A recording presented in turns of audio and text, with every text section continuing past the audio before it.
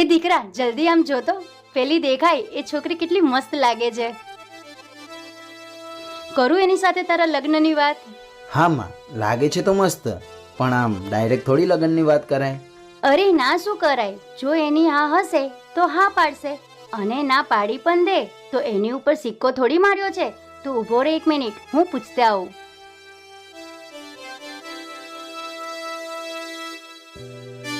સાંભળ દીકરી, શું તું કુંવારી છે? હા, શું થયું?